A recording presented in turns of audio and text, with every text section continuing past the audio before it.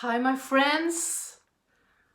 I'm back. I hope you are okay, my friends. I'm in another city now, and I'm where I used to be brought up as a child in a small town. Very beautiful here. So I just been tuned in a little bit with my friends and my family. But I'm ready to give you a word today. I hope you are ready to listen. And I'm thinking about this time we all been facing with this coronavirus and this quarantine that we all forced to be in. I have never experienced in my lifetime this thing here. And I think most of you haven't either. So it's been very strange. It's been, kind of like a little war feeling where when you fly, you see people are wearing masks and it's empty everywhere and it's closed down and you can't be social and all that stuff. It's hard in a way, but in another way, because I'm an optimist and I like to see things from the bright side, because God is God above everything that happens. So he has a way of turning everything that is strange and difficult in our lives to something great, something that makes us grow.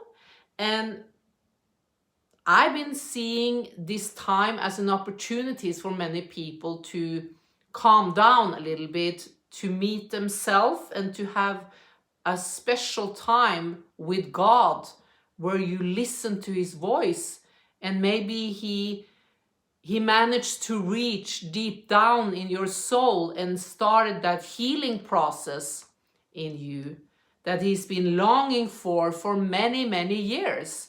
We as human beings often create patterns, and we have this schedule in our lives that we are following, and bam, suddenly 10 years has passed and you've done the same thing every week, same thing, same holiday. You meet the same people and you are almost the same. You're not so very changed. And we tend to occupy our life with so many activities, even if so God cannot reach in and speak to us. I remember back in the days when I were working, did a lot of things, was super social, talked to people, running around. The only time God could speak to me was when I was in my bed, because then I was quiet, or if I had a headache or something where I was laying in my bed, then he had an opportunity to speak to me. You see, we are talking to God, we're praying, we're asking God for stuff, but we don't take time to listen and to look at the opportunities that God is set before us. He always wants to do something new. And I'm 100% sure that this special time here on this planet, God will take advantage of it and turn it to something marvelous, something powerful for the body of Christ. He wants us all as individual and as a church to grow, to expand, to take new steps by faith. You as an individual, you should take new steps, open up your hurted areas for God so you can finally be healed.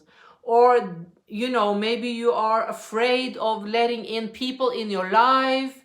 You're a little paranoid, so you have the same kind of friends year in and year out. Or maybe you want to get married and you're afraid to commit, to bond. And you need to get out of those fearful patterns in your life. If you want God to do something new, you have to take a new step and do something you haven't done before. When I quit my job, I had a dream, a vision to go full-time ministry And then I felt God spoke to me, and I had to take some steps by faith and take risks. So I quit my job and I went to United States, and some people were so annoyed that I did that, and that shocked me actually. And those people were people who are basically living this, the same type of life, very safe life. Everything is a guarantee, it's no shaky ground there, but it's also kind of boring to me. Maybe it's not boring to them, but for me, it's kind of boring to everything is so predictable. God is quite unpredictable, you see, because you need to follow the Spirit when you are with God, and you don't know from one week to the next what He's going to do or where He's going to take you. And that is the fun part for me, because I trust Him so much. So I lean and I trust Him because I know Him. So I'm not fearful. I am ready to take risks because I don't want to live in the same zone, the same circle, the same pattern all my life. I want God to put in front of me opportunities that makes me grow. And I want to take those opportunities. You see, life is about choices and it's about opportunities. We always have a choice. You can choose that opportunity away, or you can take it. Maybe it is opportunity that is challenging you. You never done it before. Maybe you're called to preach. You never stood in front of a crowd, and He's pushing you out there. Or maybe He says, quit your job. I have another job for you. And you've been in that job for 25 years. Or I want you to marry this one. Dare to step out and commit to somebody. And it's areas we all have in our lives that we have little fear, because in human beings we are protective, and we are little insecure on areas we haven't walked on before. It's more safe to stay here, where I know my house, my street, my neighbors. I have my little church. I go to the cabin every winter and ski in the mountain, and I go to the sea every summer, and everything is lined up until you're 85. And that's, it's a nice life, but it's no, if you want to grow, you need to play on God's team, and you need to be able to take some risks in this life and to face your fears. Because in Isaiah 54, He says here, enlarge the place of your tent. Stretch out the curtains of your dwellings. Spare not. Lengthen your cords and strengthen your pegs. For you will spread abroad to the right and to the left, and your descendants will possess the nations and will resettle the desolate cities. Fear not, for you will not be put to shame, and do not feel humiliated, for you will not be disgraced, but you will forget the shame of your youth, and so on. He says also in Isaiah 43 about forgetting the former things. He says, behold, I will do something new. Now it will spring forth. Will you not be aware of it? I will even make a roadway in the wilderness, rivers in the desert. The beasts of the field will glorify me, the jackals and the ostrich, because I have given waters in the wilderness and rivers in the desert to give drink to my chosen people. The people whom I formed for myself will declare my praise. So the Bible always wants us to let go of the old things, to not get stuck as cement in our old ways, our old thinking, our old pattern, and always play safe. You want to be a missionary, but you're too scared to quit your job, so you're compromising. You choose a safe life that is boring and doesn't take you anywhere. instead of letting go and trusting God. When you are moving to the next level, you have to trust God. When you're taking a new step in that way that God has for you, you have to let go of the old. You can't hold on to the old and expect the new to open up. When Lot had a wife, they went from Sodom and Gomorrah, and God said to her, don't turn back. You will come into a pillar of salt. It's a curse coming upon you if you are looking back of what you left. And she was so tempted. She couldn't let go of, she started to turn and look back at Sodom and Gomorrah, the cursed city. And she became to a pillar of salt, the Bible says. So it's a story that I think is true, but it's also a picture of how we are looking back, and at the same time we want something new. How could you possibly be able to, you're not ready to receive the new when you're holding back your past. You're looking at your past, you're holding on to the safety of your past, and you're dragging that past with you into the future, and you wonder why you have such a boring life where nothing is happening for you, where God is not answering your prayers, because you're playing safe. You're playing safe all your life. You're not walking by faith. You're not taking new opportunities. So when you come to heaven one day, you can't blame God. If you asked for a bigger church, you ask for another place to have your church, you ask for a marriage, you ask for to open up, to go to a nation, and then maybe God gives you visa to that nation. He gives you a place where you can have your new church. He presents Adam or Eve in front of you to marry. You know, your spouse is right there. And you have opportunities in this life that you are not taking because you're too scared. So you don't want to take that risk. We all have to take risks. When I moved out from my work and started to go to the nation that God has called me, and I had all these people starting talking against me, and I wonder, why are they so annoyed? Grown-up people, that I am doing my thing. You do your thing and let me do my thing. But it's because my move to do something untraditional in their life, that I was moving out, risking my, I just went there because God said that I should do it. And I had an opportunity and I took it. And then that stirred up something in other people that lived very isolated, very safe, in their little houses. Some of those people have more material things than me. They have everything. They have family and, kids and everything. Yet they were so annoyed, some of them, that I did such a thing. And I wonder, why are you so annoyed by that? And I think it's because it reminds them of dreams they carry on the inside that they are too afraid to step into. They are not willing to pay that price of risking something. It's too scary to walk on the water. If you're dreaming about moving to another nation and you're talking about it a lot, but to talk about it doesn't get you there.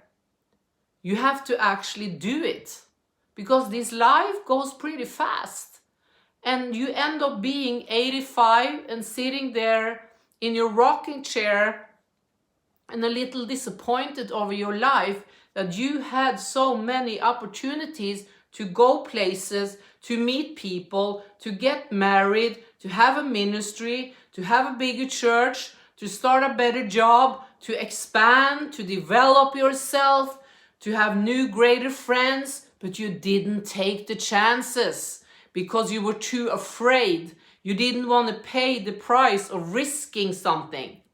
But what about God? Where is your faith? What about God? When God calls us out, he called Abraham out. He called people out from safe places, out to nations. They didn't know the whole plan God had for them. But they walked by faith. You see, when you walk one step, the way is being made as you are walking on it. You don't need to see the whole way.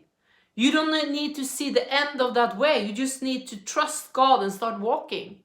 And then you will see how God will open doors, because it's about faith. It's about trusting him. It's about taking opportunities in our lives so we can grow. God is almost shouting in Isaiah 54 to his people, expand. Take your tents and expand them. Move, make it bigger. Don't hold back, because that's what we are so good at. We always hold back because we're scared of the unknown.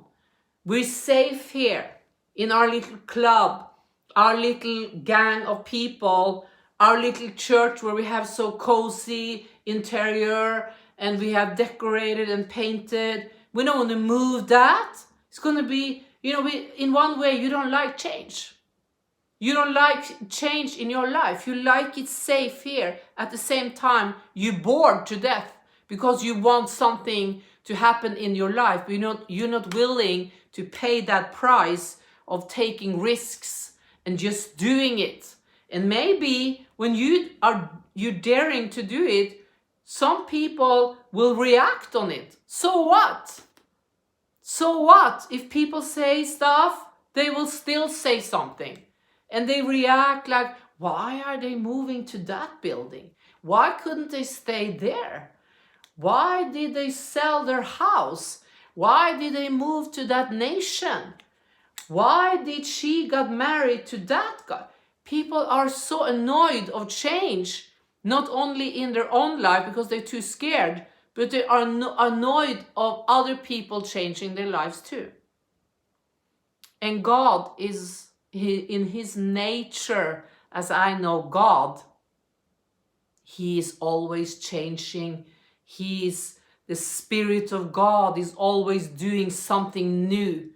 Because if I should take old revival and copy it to try to make the same fire come here as it did in Azusa, it will be religious of me.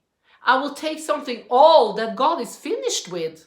He's done with that way. He's going to do something new. You can never figure out how God is going to do this revival. Do you think he's going to do the same? Never. He's never going to do the same. He will always do something new. God is a God of surprise. That's so cool about him. And he just wants us to lean and trust and break out of those fears that we have. We all have areas of fear. Fear barrier here and there where you're afraid of that change and that change. So opportunities are placed in front of you, such as a spouse, a new building, a new nation, work, whatever. Opportunities are placed in front of you. What do? You're standing and you're looking at it and you're a little tempted. This is interesting. Wow, that looks great. And then you decide, now I think I go back to my safe little cave. I go back to where I used to live. It's more safe there. I want to be there. Like when the Israeli people were taken through the wilderness by Moses, and even if God did mighty miracles and helped them, they were negative, critical, and complaining. And then at one time they even said, let's go back to Egypt. They lived 400 years in bondage. And they started, when they were on their way to the promised land, to talk about maybe they should go back to Egypt instead, to the bondage. It's so crazy to me. You're on your way. You finally got free after 400 years. and you're on your way with the greatest leader that God has anointed, and God is anointing everything you do, the food, the clothes, He's protecting you every night and every day, He's leading you towards a great land, and you wonder if you should go back to slavery. And this is a mentality that many people have. They're afraid of the unknown and they're impatient because maybe the new thing has some challenging things also in it. You see, if you're going to get married, maybe you have this idea from Hollywood that when you meet that person, it's going to be like a Hollywood movie in my life. Forget it. It's never going to be like a Hollywood movie. It's a lie. It's going to be challenging things happen in that relationship. Iron sharpens our iron, you know. But that's the only way we grow. And the same thing with the church. If you want to start a church, you want to be a pastor, and you have that dream about this crowd and you are anointed to do it. But then when you're starting the church, you're so disappointed, but you didn't think of the challenging things that would come up in that picture you had. But challenges are good. I love a challenge. I try to love it at least. Sometimes I have areas where I feel, I don't know, but at the same time, I want to conquer this challenge. I never done this before, but I know God is with me. He wants me to grow. I want to expand. So I'm going to take this challenge to grow, to be more Elena, to be better, to be bigger on the inside, to be stronger, to be more powerful in God's presence, more anointed, more revelation. I don't want to hinder God in my life, and I don't want to hinder myself. I want to be all that God has for me. So if there is challenging doors in those opportunities, take them. Take them because you're going to grow. It's God's present to you to make you come to the next level. This is what you've been praying for. God, make me stronger. Take me to the next level. I want to come higher with you. I want to have a bigger church. I want to see people get saved in my city. And then God is arranging things for you to make that happen. And you're still sitting there doubting, is this God, is this the devil, or is it me? No, I think I say no, thank you. Because you don't want to go walk on water. You don't want to take the next step. That is a challenging thing that requires faith. And requires that you are standing in front of your own fear, facing it. You know how many times God has done that in my life to heal me? That's His way of healing some areas of my life where I had fear. It's not to avoid those areas where I was afraid. It's actually to place me back in areas where I was super scared. And He said, Elena, we're going to go back to this area, and I'm going to stand here right next to you, and you're going to face this fear, and you're going to conquer this situation. Because fear is a liar.